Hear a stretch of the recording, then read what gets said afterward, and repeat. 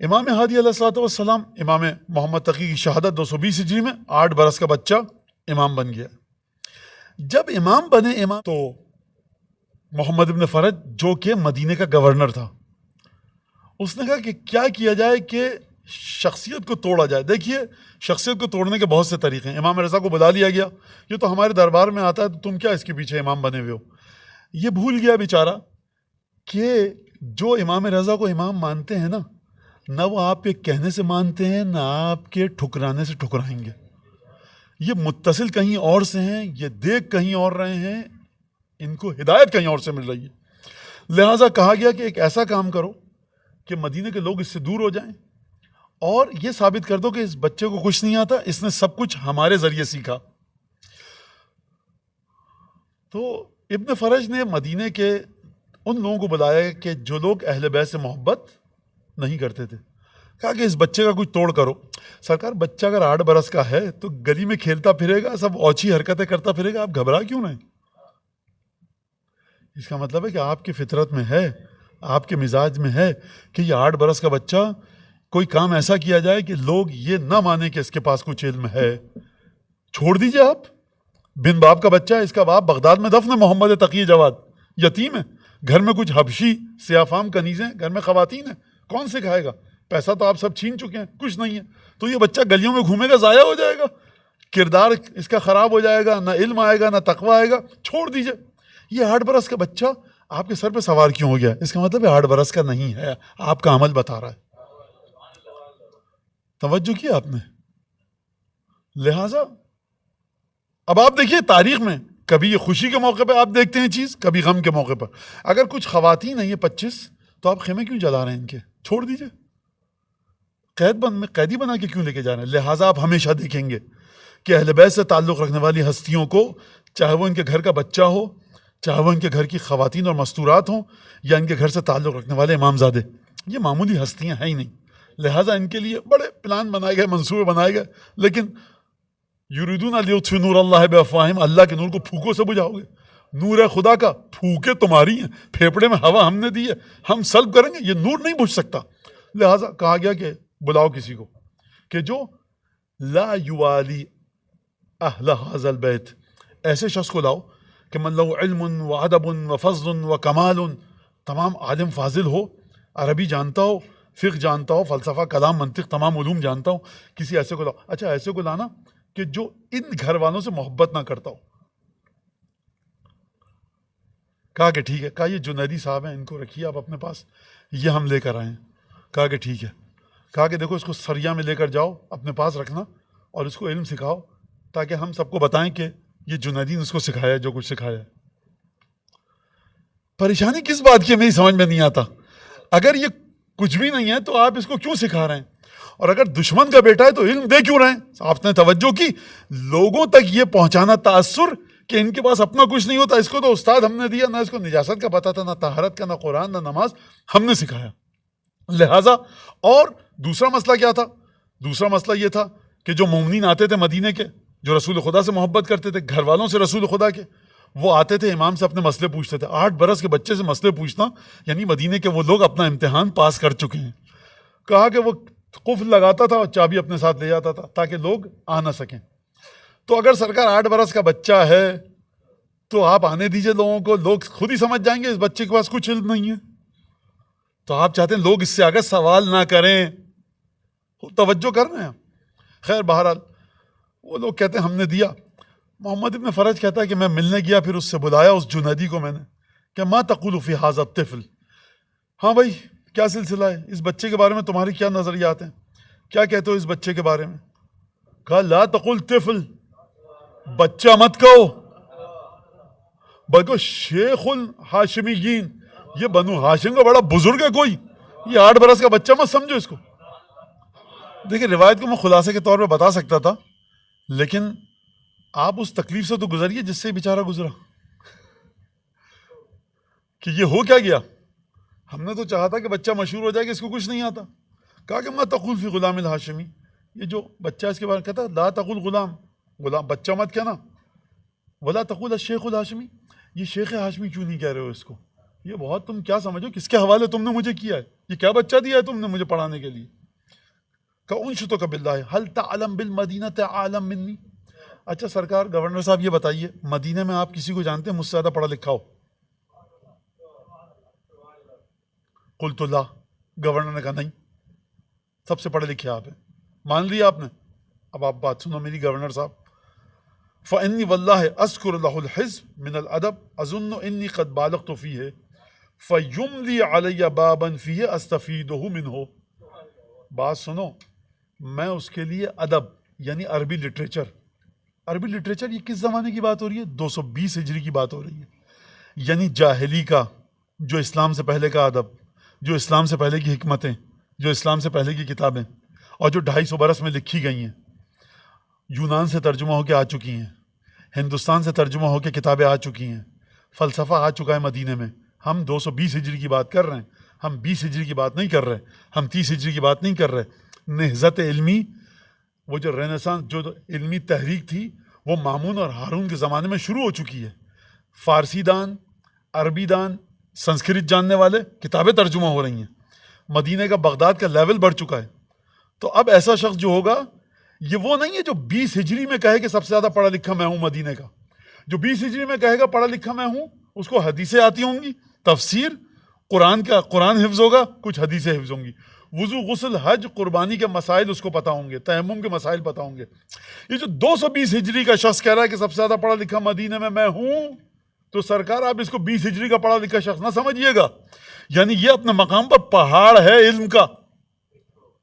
آیا جو محاورہ کہتے ہیں نا, اونٹ بھی پہاڑ کے نیچے آتا ہے سرکار, تو یہ پہاڑ تھا جو پہاڑ کے نیچے آیا.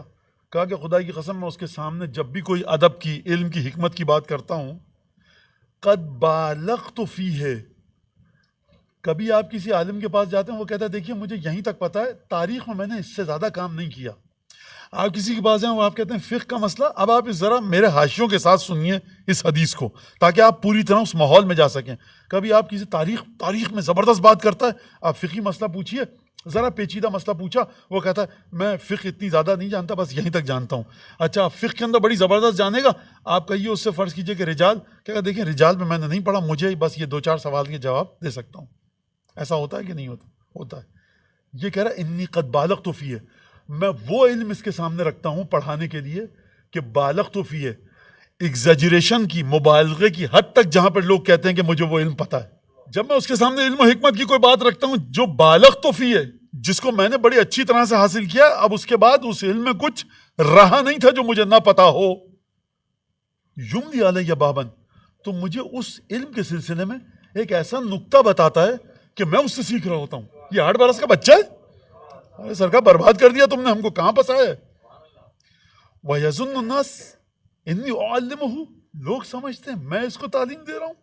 انا واللہ اتعلم منہ, خدا کی قسم میں اس سے علم حاصل کر رہا ہوں. فتجاوزت عن کلامی ھذا کأنی ما سمعته منہ. گورنر کہتا ہے مدینہ کا, میں نے انسنی کر لی, کیا فضول کی باتیں کر رہا ہے, یہ بہت جلدی شاید گھبرا گیا. میں نے کہا انسنی کر دی. ثم لقیتہ بعد ذلک فسلمت علیہ, کچھ عرصے بعد پھر میں ملا اس سے, سلام کیا. سألتہ عن خبرہ وحالہ, کیا حال ہے بھائی اس بچے کا, کیا سلسلہ ہے. اب میں نے اپنا جملہ بدل دیا, ما حال الفتى الہاشمی, یہ جو جوان ہے ہاشمی کیا حال ہے اس کا. پہلے کہا تھا بچہ, فقال علی, تو اس نے جواب دیا جنیدی نے, دع ھذا القول عنک, یہ بات کہنا چھوڑ دو, دیکھو اب بچہ ہے, جوان ہے, چھوڑ دو. ھذا واللہ خیر اہل الارض, یہ زمین کے بہترین لوگوں میں سے ہے. وافضل خلق اللہ, یہ زمین والوں میں سب سے بہترین نہیں ہے, یہ مخلوق خدا میں سب سے بہترین ہے. یہ سب سے بڑا پڑھا لکھا شخص کہہ رہا ہے مدینے کا. انہ لربما ہم بالدخول, کبھی یہ چاہتا ہے کہ میرے پاس آئے اور گفتگو کا آغاز کرے, تو میں اس سے کہتا ہوں تنظر, رک جاؤ ذرا, حتی تقرأ عشرک فیقول ای سور تحب ان اقراہا. کہا, میں کہتا ہوں رک جاؤ ذرا, کچھ پڑھ کے سناؤ. کہتا کون سی صورت آپ چاہتے ہیں مجھ سے پڑھ کے سناؤں. بھائی میں نے جو اس کو حفظ کا درس دیا ہے وہ ابھی 2 سپاروں کا ہے, اور یہ مجھ سے کہتا کون سی صورت چاہتے ہو سناؤں پڑھ کے. تو میں اس کو انا اذکر لہ من السور الطوال, میں بڑی بڑی صورتیں کہتا ہوں اسے پڑھ کر سناؤ, بقرہ, نساء, آل عمران، مائدہ، انفال، اعراف، ان میں سے کہتا ہوں سناؤ. ما لم تبلغ الیہ، ان صورتوں کے بارے میں کہتا ہوں جو اس نے ابھی تک مجھ سے سیکھی نہیں ہیں.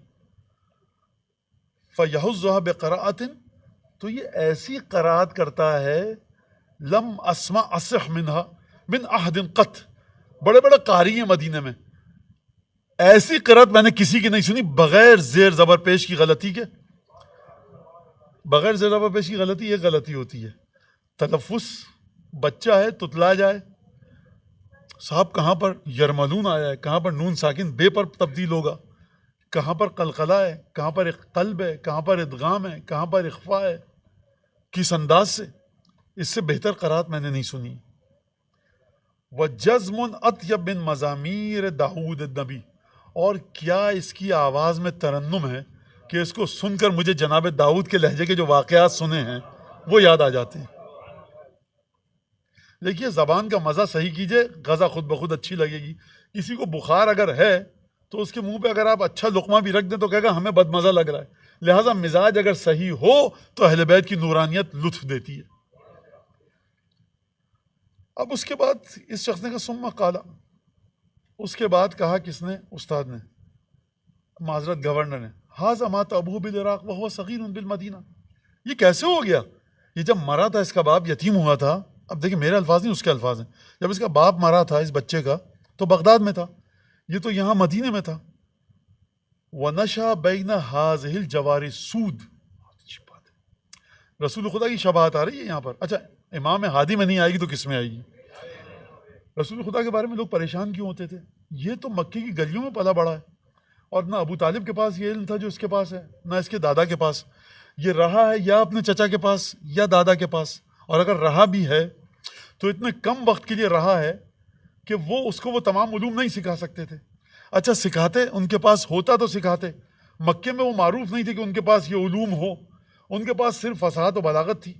ان کے پاس علوم تھے لیکن یہ علوم نہیں تھے جو یہ دعویٰ کر رہا ہے. لہٰذا مانیے کہ ابو طالب نے، عبد المطلب نے نہیں سکھایا، کسی اور کے پاس گیا نہیں تو سیکھا کہاں سے؟ تو مانیے نا پھر آسمان سے علم ہوا. اب مدینے کے گورنر نے کیا کہا؟ مات ابوہ بالعراق وہو بالمدینہ طفل نشأ بین ھذی الجوار السود، یہ جب مرا تھا اس کا باپ تو یتیم بچہ 8 برس کا تھا. یہ سیاہ فام حبشی کنیزوں کے درمیان پلا بڑا ہے. خوب توجہ کیجیے گا، اگر مدینے کی خواتین ہوتی، عربی بولنے والی ہوتی، بغداد سے آئی ہوئی خواتین ہوتی، فارسی بولتی ہوئی، سنسکرت جہاں پہ علمی مرکز تھے، تو کہا جاتا انہوں نے اس بچے کو سب کچھ سکھایا ہے. الجوار السود، یہ وہ سیاہ فام حبشی کنیزیں ہیں کہ جن کو نماز، روزے، وضو، غسل کے علاوہ کچھ نہیں آتا، تو جن کا اتنا محدود علم ہو ان کے درمیان سیکھا ہے اس نے، رہا ہے. خوب توجہ کیجیے گا، اس بات کو، جملے کو سمجھیے.